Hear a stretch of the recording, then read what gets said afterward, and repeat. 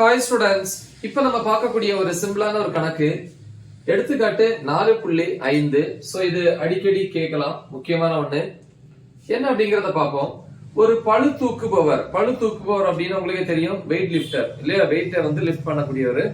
ஒரு பளு தூக்குபவர் 250 கிலோகிராம் நிறையை 5000 நியூட்டன் விசையால் 5 மீட்டர் உயரத்திற்கு தூக்குகிறார்.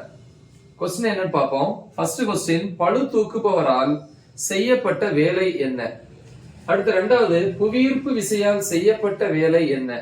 மூணாவது, பொருளின் மீது செய்யப்பட்ட நிகர வேலை, அதாவது மொத்த வேலை என்ன? சரியா? சோ அப்ப அந்த மொத்த வேலை என்னங்கறத ஃபைனல் நம்ம கண்டுபிடிக்க போறோம். ஃபர்ஸ்ட் வந்து நம்ம தகவல் எழுதணும். எப்பவுமே அப்படிதான். தகவலை பொறுத்த வரைக்கும் நிறை வந்து கொடுத்திருக்காங்க இல்லையா? நிறை வந்து எவ்வளவு? m ஈக்குவல், நிறை இங்கிலீஷ்ல வந்து மாஸ்ன்னு சொல்லுவோம். அப்ப m ஈக்குவல் டு 250 கிலோகிராம். அப்புறம் வந்து விசை ஃபோர்ஸ் அப்படின்னு சொல்லுவோம், 5000 நியூட்டன். சரியா? அப்புறம் உயரத்தை வந்து ஹைட் அப்படின்னு சொல்லலாம். ஹைட் அல்லது உயரத்துக்கு தூக்குறது, அதாவது வந்து நம்ம இடப்பெயர்ச்சின்னு சொல்லலாம், dr சொல்லலாம், ஈக்குவல் டு 5 மீட்டர். அப்புறம் வந்து பளு தூக்குபவரால் செய்யப்பட்ட வேலை. அப்ப முதல் கேள்வி, வேலைக்கு W. பளு தூக்குபவர் அப்படின்னா வெயிட் லிஃப்டர். அப்ப எங்க W போடலாம், அது பார்க்க நல்லா இருக்காது இல்லையா? அதனால வந்து பளு தூக்குபவர் அப்படின்னு எழுதிக்கிறேன். ரெண்டாவது கேள்வி என்ன அப்படின்னா, வேலை யாரால? புவியீர்ப்பு விசை, புவி ஈர்ப்பு, கிராவிடேஷனல் ஃபோர்ஸ், ஜின்னு கூட போட்டுக்கலாம். So question mark. மூணாவது வந்து நிகர வேலை, மொத்த வேலை கேட்கறாங்க. W மொத்தம் அல்லது மொத்தத்துக்கு வந்து இங்க நிகரம் அப்படின்னு கேட்டிருக்காங்க. நிகர வேலை equal to question mark. So இப்ப ஒவ்வொன்னா பார்ப்போம், தீர்வுக்கு வருவோம். சோ இதுல டயக்ராம் போட்டுக்கலாம். பளு தூக்குபவர் அப்படின்னா ஒரு சிம்பிளா ஒரு டயக்ராம். சரியா? இது வந்து தரையில நிக்கிறாரு. இவர் என்ன பண்றாரு? அந்த வெயிட்டை லிஃப்ட் பண்றாரு, பளு வந்து தூக்குறாரு. அப்ப இது கை இல்லையா? சரி. சோ இந்த மாதிரி இருக்கும் ரெண்டு சைடும். சோ இதனுடைய நிறை வந்து கொடுத்திருக்காங்க. இவர் என்ன பண்றாரு? இத வந்து மேல தூக்கும் போது விசையை வந்து எதை நோக்கி கொடுக்கிறாரு? மேல் நோக்கி கொடுக்கிறாரு. அப்ப அவரு மேல் நோக்கி கொடுக்கக்கூடிய விசை தான் 5000 நியூட்டன். அப்ப இந்த விசை வெயிட் லிஃப்டர், அதாவது பளு தூக்குபவரால கொடுக்கக்கூடியது. FW வெயிட் லிஃப்டர் எவ்வளவு அப்படின்னா 5000 நியூட்டன். அதே மாதிரி எவ்வளவு உயரத்துக்கு கொண்டு போறாங்க அப்படின்னா, இங்க இருந்து மேல் நோக்கி கொண்டு போறாங்க. உயரத்தை வந்து ஹைட்னு சொல்லலாம், இல்ல இடப்பெயர்ச்சின்னு சொல்லலாம், 5 மீட்டர் அப்படின்னு சொல்லலாம். கரெக்டா? ஆனா உங்களுக்கு தெரியும், அதே நேரத்துல இவர் மேல் நோக்கி விசையை கொடுத்தாலும் ஈர்ப்பியல் விசை வந்து கீழ் நோக்கி தான் செயல்படும். அது வந்து FG. அந்த மதிப்பு கொடுக்கல. ஃபார்முலா தெரியும், ஈர்ப்பியல் விசை ஃபார்முலா என்ன? m × g. g யோட மதிப்பு 9.8, முழுமைப்படுத்தும் போது 10, m நிறை. சரி, இதெல்லாம் வச்சு நம்ம எழுதலாம். முதல் கேள்வி, பளு தூக்குபவரால் செய்யப்பட்ட வேலை. ஏன்னு போட்டுக்கலாம், இல்ல 1ன்னு போட்டுக்கோங்க. பளு தூக்குபவரால், அப்ப W வேலைன்னா W, பளு தூக்குபவர். வேலைக்கு என்ன ஃபார்முலா? விசை பெருக்கல் இடப்பெயர்ச்சி அப்படின்னு சொல்லுவோம். கரெக்டா? சோ இது எப்படி எழுதலாம்? Equal to A vector dot B வெக்டார்னா AB cos θ. அதே மாதிரி இங்க F dr cos θ. நமக்கு தெரியும், பளு தூக்குபவர் செய்யக்கூடிய வேலை சமம் F ங்கிறது பளு தூக்குபவர் கொடுக்கக்கூடிய விசை இல்லையா? அதான் FW weight lifter. FW dr.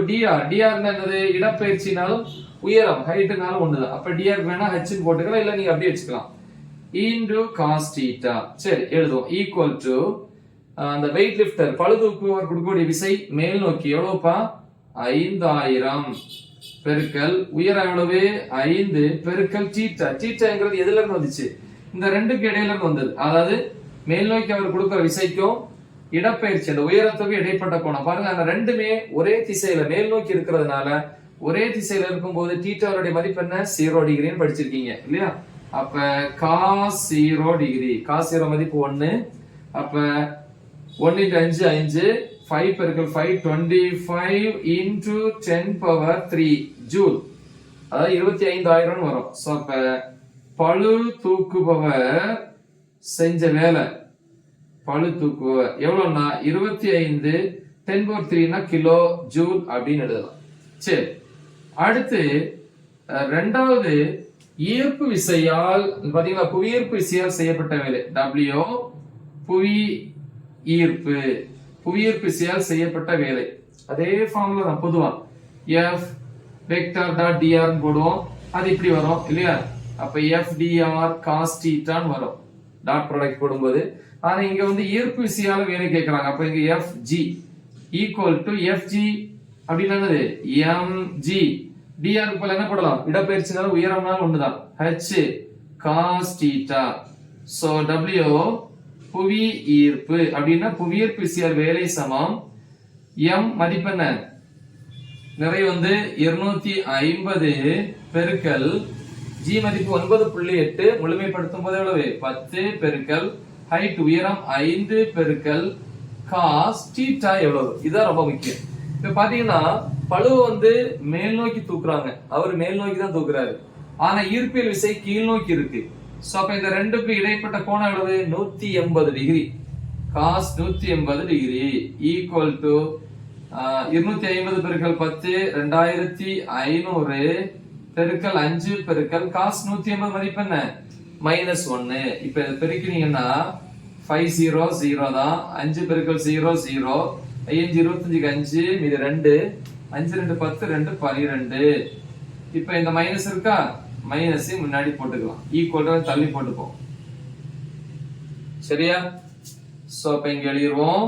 அப்ப புவியீர்ப்பு விசையால செய்யப்பட்ட வேலை சமம் -12, இதுல 3 புள்ளி தள்ளி வச்சீங்க அப்படின்னா 0.5 கிலோ ஜூல் அப்படின்னு எழுதலாம்.